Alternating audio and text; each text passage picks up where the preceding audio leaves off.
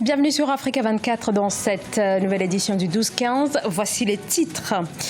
L'opposition tchadienne toujours en rang dispersé pour la formation du nouveau bureau du CNDP, le cadre national du dialogue politique, des dissensions qui révèlent l'ampleur des divisions et ce à quelques mois des élections législatives. Et pour en parler, nous recevrons dans un instant Saleh Kebzabo, président de l'Union nationale pour le développement et le renouveau.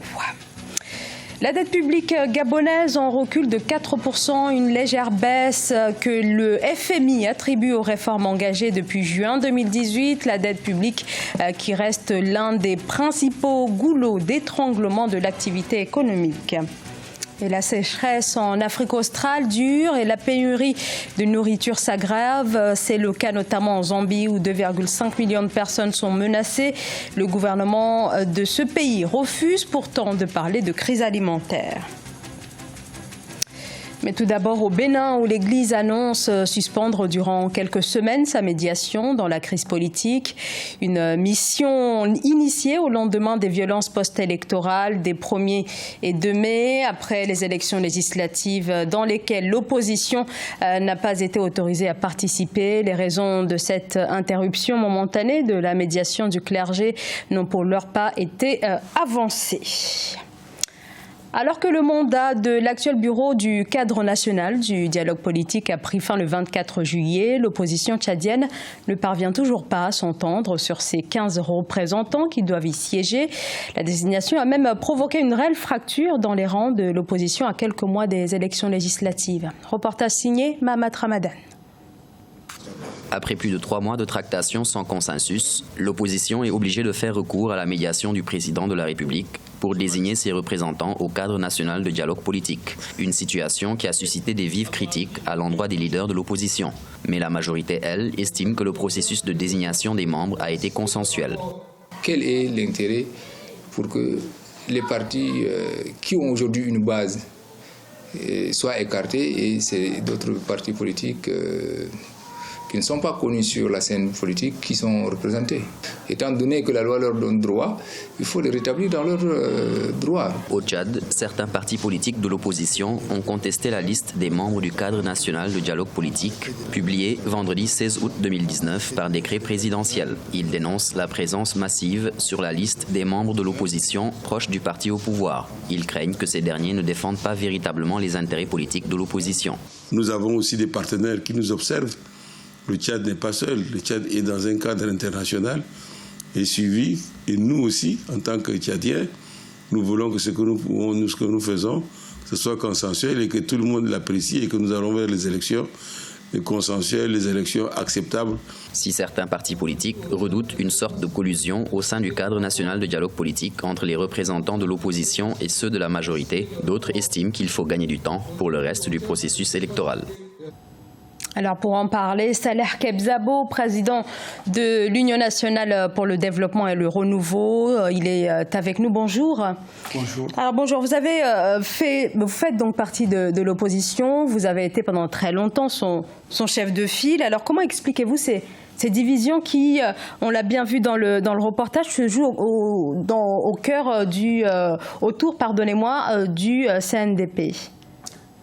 C'est malheureusement la situation dans tous les pays qui s'exercent à la démocratie de mauvaise façon. Parce que je pense que si on avait une bonne démocratie, il y aurait aussi une bonne opposition. Et je dis toujours d'ailleurs que pour qu'il y ait une bonne démocratie, il faut qu'il y ait une opposition forte. Or, dans des pays comme les nôtres, comme le Tchad en l'occurrence, on passe son temps à casser l'opposition, à opposer les opposants les uns aux autres sur des thèmes divers et parfois, et souvent d'ailleurs, pas fondés. En l'occurrence, le CNDP vient de connaître son épilogue, puisque le président Déby a signé un décret qui n'est pas accepté par l'opposition. Nous sommes divisés parce que le président Déby lui-même a présenté une liste qu'on lui a remise, qui ne provenait pas de la majorité de l'opposition, et en séance publique, il l'a mise au vote. Cette liste a été rejetée par plus de 30 voix. Alors, contre une vingtaine. Et c'est cette liste-là qui malheureusement est passée.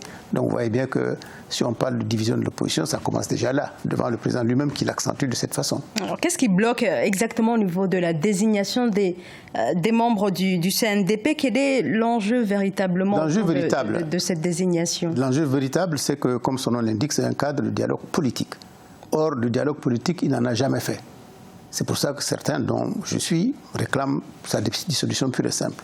En réalité, c'est un instrument entre les mains du président Déby pour faire passer politiquement ce dont il a besoin par rapport surtout aux échéances électorales. Alors là où le bas blesse actuellement, c'est qu'un certain nombre de membres de ce CNDP autoproclamé n'ont pas la qualité requise pour y être, parce qu'il faut quand même un certain nombre de principes. Quand on veut édicter les principes, il ne veut pas en entendre parler, mais pour le fond maintenant, vous savez aussi que les membres du CNDP gagnent un peu d'argent. Ça aussi, c'est fait pour opposer toujours les uns aux autres, parce que dès qu'il y a un peu d'argent, on afflue pour y aller. Donc vous aussi, vous soutenez la thèse que les dissensions se font également à partir de cette question de la rémunération? Absolument, absolument, puisque tous les partis politiques n'ont pas la même aisance financière, n'ont pas la même assise, et donc dès qu'il y a un pécule qui entre en jeu, la division commence et s'accentue, comme on vient de le voir. Mais maintenant, je peux vous rassurer sur un point, c'est que cette page-là, elle est en train d'être tournée. Le président a signé le décret qui lui convient, avec les membres de l'opposition qui lui conviennent. Je pense qu'il est temps de tourner cette page et de passer à autre chose, de préparer les élections. C'est ça le plus important. Alors, précisément, quelle est cette opposition qui accepte, pour le coup, de coopérer avec le régime? Il y en a toujours, hein, ceux qu'on appelle les sous-marins et autres, il y en a toujours. Mais je dis que cette opposition-là, pour l'essentiel, quand on va aux élections, ce n'est pas celle-là qui va barrer la route aux autres pour faire quoi que ce soit. C'est pour ça que je pense qu'en allant aux élections, il faut que l'opposition se regroupe. Et je crois qu'avec la nouvelle loi électorale, elle sera d'ailleurs obligée de se regrouper. Et c'est à ce moment-là que les grands enjeux et les intérêts vont se faire voir. Alors, le CNDP pourrait expliquer les dissensions, mais cette division a aussi été alimentée, il faut bien le dire, par la désignation du nouveau chef de file de l'opposition, Félix Nialbé. Et depuis cette date, l'opposition est scindée en deux. D'un côté, vos partisans, et de l'autre, les partisans du nouveau chef. Quel est votre rapport avec le nouveau chef de file de l'opposition? Ils sont très bons. C'est pour ça qu'il faut parler de cette affaire avec un peu de retenue. Moi, je me suis comporté pour éviter qu'il y ait une cassure de l'opposition à partir de cette simple histoire de chef de l'opposition. Le président Déby voulait d'un chef de l'opposition convenable, avec qui il peut traiter mieux. Il m'a fait enlever par la Cour suprême. C'est ça ce que nous n'avons pas accepté. Le chef de l'opposition n'est pas désigné par la Cour suprême. Le chef de l'opposition est désigné automatiquement au sortir des urnes. Les élections législatives sont finies. C'est mon parti qui était en tête, et c'est donc le chef du parti ou un autre que le parti aura désigné qui peut assumer cette charge et non pas être démis par la suite par la Cour suprême ou que la Cour suprême désigne quelqu'un d'autre. Ça, c'est illégal. La Cour suprême n'a pas dit le droit. C'est là où nous avons un problème parce que l'article 8 du statut dit clairement que le chef de l'opposition est en place durant toute la législature. Elle n'est pas terminée puisqu'on prépare actuellement les élections. Donc c'est un coup fourré du pouvoir que nous n'acceptons pas. Alors est-ce qu'avec ces dissensions, l'opposition ne risque pas de passer à côté de l'enjeu essentiel, à savoir les élections législatives? C'est pour cela que j'ai dit tout à l'heure qu'il faut savoir mener la guerre en son temps et en son lieu. Alors, cette page du CNDP, il faut la tourner. Oui, alors il faut donc se préparer aux élections législatives. Oui, alors peut-être en quelques secondes, des élections qui sont prévues d'ici la fin de l'année, vous y croyez véritablement à la tenue quand on sait qu'elles sont repoussées depuis 2015? Le président Déby fait du bluff. Les élections n'auront pas lieu d'ici à décembre parce que rien n'est prêt. Lui-même dit qu'il n'y a pas d'argent. Comment est-ce qu'on peut organiser des élections sans argent? Donc pour ce qui nous concerne, l'opposition, il est temps maintenant de se regrouper, de s'asseoir, de discuter pour préparer ces élections législatives qui sont un enjeu très important. Monsieur Saleh Kebzabo, merci beaucoup. Merci d'avoir répondu à mes questions. Je rappelle que vous êtes le président de l'Union nationale pour le développement et le renouveau. Merci beaucoup. Évaluée à 64% du PIB, la dette publique du Gabon serait en baisse, un recul de 4% selon les chiffres avancés par le Fonds monétaire international, mais on est bien loin des recommandations émises par la CEMAC de ramener la dette publique au-dessous de la barre des 40% du PIB. Les précisions de Philomentine. La dette publique et le déficit public du Gabon s'améliorent à un rythme plus rapide que prévu selon le gouvernement. Cette dette qui était évaluée à 64% du produit intérieur brut en 2016 serait aujourd'hui de l'ordre de 60%. La dette publique a été multipliée par plus de 3. La dette reste encore relativement élevée. Nous attendons des chiffres officiels. Et ces chiffres-là ne laissent pas apparaître une amélioration significative de la situation économique du pays. Le taux de croissance économique est encore anémique.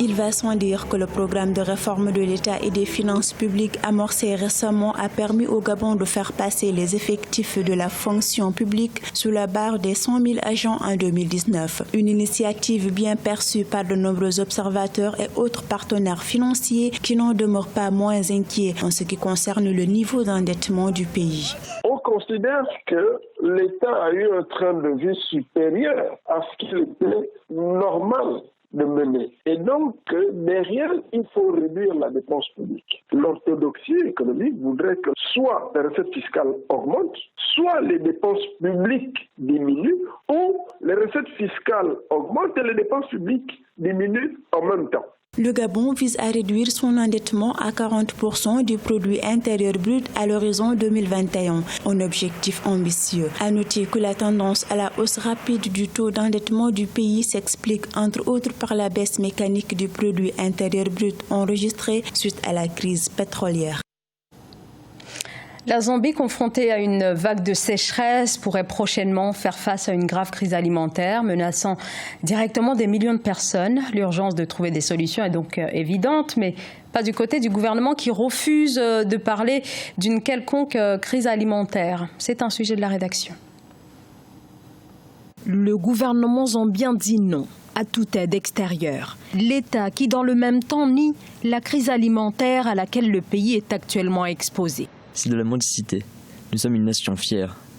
On ne peut pas encore se considérer comme en crise. La Zambie est pourtant confrontée à l'une des pires sécheresses de son histoire, la plus grave depuis 1981. Les régions de l'Ouest et du Sud sont les plus touchées et l'impact sur la production céréalière est considérable.